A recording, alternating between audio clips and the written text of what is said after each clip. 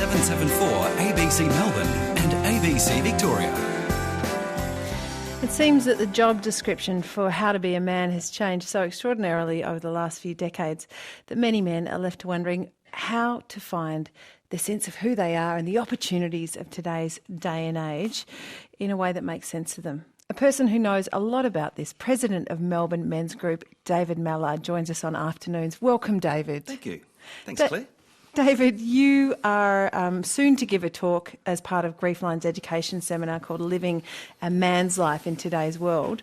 What are you in there to talk about? What are the things that you see fellas struggling with and need some attention? Well, firstly, that's a very hard act to follow, isn't it?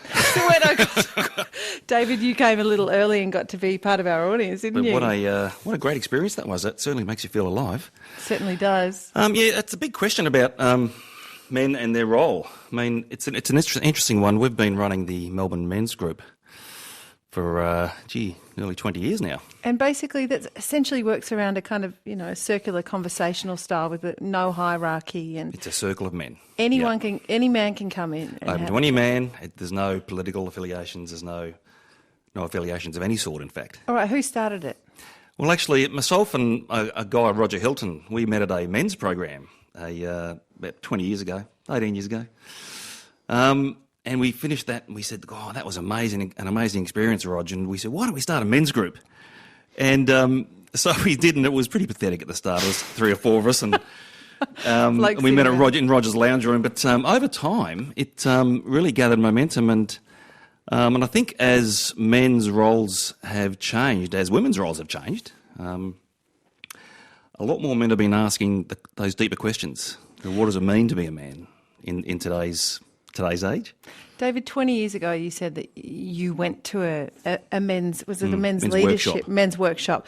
Was that seen as unusual at the time, or was that really when the sort of... Look, I think there was a few of them around, and I recall I went to this workshop and, I signed my name in, and they said there's only three rules here. Don't talk about what job you do, don't talk about what car you drive, and don't talk about what football team you follow. So you had a room full of men with nothing to talk about.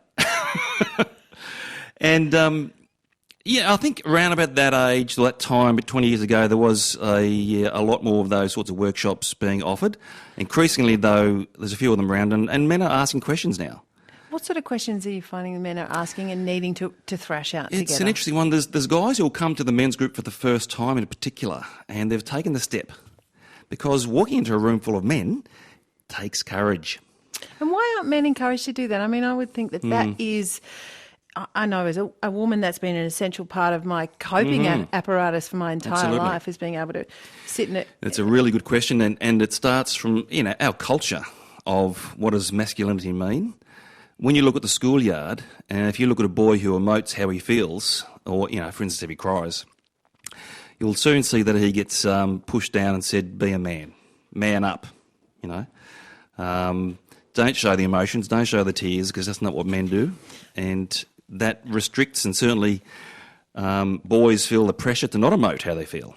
You've been quoted as saying, actually, big boys do cry, and those that don't should be encouraged to. Because what it's about is, being whole, being a fuller person, rather than being constricted, because boys get brought up, and men get brought up within the context of an emotional straitjacket.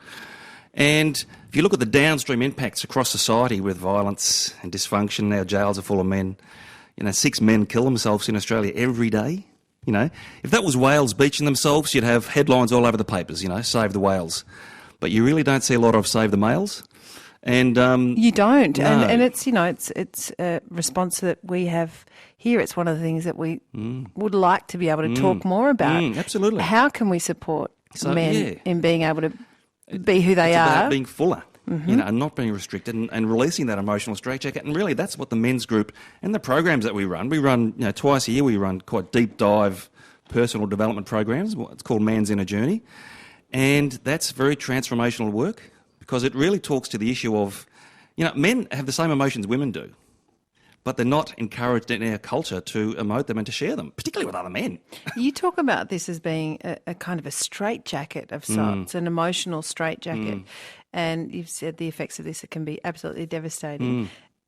Can anyone at any point in their life, is this something that we have to start with as a kid, or can Yeah. can men at any age drop in and start having this conversation? Look, in terms of the Melbourne men's group and other men's groups around, there's no age limits. I mean, our youngest member is probably about 20. Often it's not till there's a crisis, though, that men are encouraged to start having these I had a conversations. conversation at lunch over a guy who called me this morning. He just joined in the men's group and he had some, life issues. He wanted to talk about it. And, one thing I say to guys is, Tick, you've had the courage to actually reach out for help. Because men are not encouraged to do that. Because, men aren't encouraged to share how they feel with each other. Because it's all about being strong and invulnerable and stoic and all that stuff. And, who made up those rules? It doesn't make sense. So, we're all about creating pathways to a better kind of manhood, a fuller kind of manhood for men, being okay with who they are, but being able to explore more about, what makes them tick and being okay with how they feel. David Mallard, President of Melbourne Men's Group, is our guest here on Afternoons. And we're talking particularly about an event coming up called Living a Man's Life in Today's World, where David will be speaking. So this is a collaboration or a collaborative event with Griefline. What message do we want to help men understand about grief? Or what is it, David, that you feel you want to address when you're having your conversation on Thursday? Yeah, well, Griefline's presenting something. It's there's 2 or 3 speakers, and one of the guys is talking about retirement, which is a major event for most men, obviously. And how do you handle that? That's Mr. Besley, is that correct? Yeah, that's right, John Besley. John Besley, he talks about that idea of status and meaning being all based around a job. And men in particular are really attached to their role and their job. And, when that job finishes, the question is, well, who am I if I'm not my job? So which is a common issue for a lot of men. David, you'll be talking about pathways to a better kind of manhood. What is it that men can connect over in this conversation? What is it that... the interesting thing is, over our journey with 18 years of the men's group, hundreds of men have been through the process and still come to meetings, obviously. And the common experience is that the stories we hear in the circle are the stories of every man. Every man's story and every other man relates to in some way. And it's almost a revelation for a lot of guys, because when they hear these other men speak, without being judged and without being fixed, because we're not trying to fix anyone, because you're not broken. That's a pretty superb message to get out there, because so often these conversations begin with the premise that you need to be broken before you start having the conversation. It's not about that. It's just about being more of who you are and being okay to express in a safe way how you're feeling. Being mindful that in workplaces, we're not encouraging, we don't want to be shark bait and shark-infested waters. So what you're saying is there are places and times when we can talk about our emotions and feelings. And there are authentic relationships men can create with each other. And it's about being fuller and more authentic about who you are. And, we encourage it. And we know through our experience with the groups and the workshops that this work is quite transformational. And, when you look at the world with new eyes and when you change what happens inside, you see things around you and you look at things differently. David Mallard, Melbourne Men's Group runs events here in Melbourne. I'm really interested on behalf of our country listeners, those who are in the broader area of Victoria. What similar groups are available to them? It's particularly in rural Victoria. Who's encouraging men to get together and have these conversations? Yeah. There are other groups around, and there is, if you search around the internet, you'll find a site called Men's Group Info, which is a catch-all. So it covers men's groups all over Australia, in fact, including regional Australia. And that offers, the connections and the contact numbers for those men's groups, around Australia. So that's a really good source to go to as a starter, particularly for regional folks. Do you have much to do with Men's Shed at all? Have you worked? We don't have any formal relationship with Men's Shed. But they're also doing good work. They do good work, particularly for guys at a more senior age. And Got it. just spending time with men is important. We talked briefly before, David, just about identity and work. Do you believe there are advantages of helping gentlemen, helping fellas build their identity outside of their relationship to work, outside of their relationship to their wife or partner, outside of their relationship to children? That's a really good point. It's what often a lot of guys get caught in, the respectable addiction, which is called work. Well put. And a lot of guys, and I see guys all the time. I used to work at Australia Post in a senior executive role, and walking in and out of the foyer every day, you'd see guys, who attach themselves to their role, but that's not really who they are, and you can see it in their eyes. Yep. And so what we're about is, encouraging men to think about that they're bigger than what their job is, and they're actually they're fuller in terms of their expression as to who they are, and being authentic is the real key, because it's all about emotional intelligence, self-awareness, being okay with who you are. Authentic can be a slippery term for some people. How do we help people define that? Being authentic is partly being vulnerable as well. Because, as I said before, men have the same emotions women have. It's just not encouraged for men to express those in a safe way. And, through our experience over the journey with the men's group and the programs, it's about being able to articulate how you feel, because that's about being authentic. For anyone who's just scared to get in the room, just give me an idea of what can they expect when they show up to a men's event?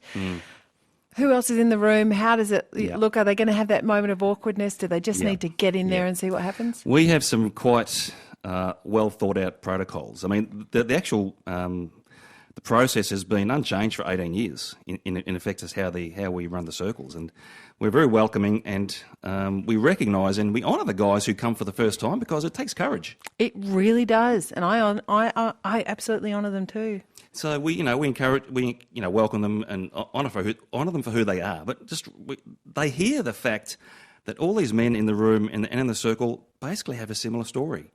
So what it does, it normalises your experience in the world, because men isolate themselves from each other, typically. And this process is not about isolation, it's about coming together in a different way of manhood. And through that process of coming together, they recognise, gee, actually, we're kind of all the same. I've had some text through. David from Brunswick says, spot on, David Mallard. What you're saying is so, so true. Thanks. And this text here, which makes me sad, it says, recently separated. I tried to talk to female friends about my depression and no one wanted to know about it. Yeah, that's a common story we hear. There's a lot of guys who find their way to a men's group and, have gone through a crisis of sorts. And, there's a high rate of separation, breakdown and divorce. And the truth is, many men don't see it coming. And I heard an analogy once that, if for many women they feel like they're pulling out the plugs for quite a while and turning off the switches, and for the men it feels like a train just hit them. It's a train wreck, because men don't have the emotional acuity, because we haven't been brought up with the relational capacities and relational skills to be able to navigate their way. And so we set up men in our society very poorly when it comes to relationships. Don't we? We set them up poorly. And this is what happens. We hear this through the men's group. There's been a relationship breakdown. I don't know what happened. We had a new guy at our meeting last week in Doncaster, and he'd gone through exactly that issue. And he said, I didn't even see it coming. I don't know what happened. And he's now trying to pick up the pieces and work out, asking those deeper questions. Well, who am I in the world? Why are Grief Line targeting men in this event that you're part of on Thursday? Do men grieve differently from what you know? I mean, the Grief Line is targeting men just for this specific seminar, because it's it's something topical, but they don't just target men, obviously. Yes, but for this this seminar, it particular was I think it was deemed about time we started talking about men. We in our men's group, we have some relationships with some local councils who part fund what we do. And what we found when we had those conversations was that there's very little out there for men in terms of support services. And I will be giving out some phone numbers at the end of this conversation, by the way, for any men who are looking for additional support. And that's partly because men don't ask for help, because we've been conditioned, you've got to be strong and invulnerable and stoic, and we don't ask for help because we're men, And local councils, when we started talking to local councils, they said, yes, come and help, please set up a men's group here. We need this in our community. And so I think there's a growing recognition that, through the changing roles of women, men have been struggling a bit in terms of defining what's our role. I mean, my dad's role was very defined. Yeah. Not so much nowadays in terms of what are we supposed to be. We're not really sure. And so there's a lot of guys who feel, quite a bit of stress around that, and they feel a bit lost. We hear this through the men's group, guys saying, I'm looking for something, I don't know what it is, but I think maybe I can find something here, So it's, I think the guys at Grief Line, and Grief Line's a national service, phone service for dealing with grief and related issues, and men feel grief just like women do. Absolutely. But the challenge for men is to be okay in sharing that and being not feeling judged, and just you got to feel what you feel, and that's really important. That's the message I'd send to men: is when you're dealing with a grief issue, you have to feel it. because you can't deal with it otherwise.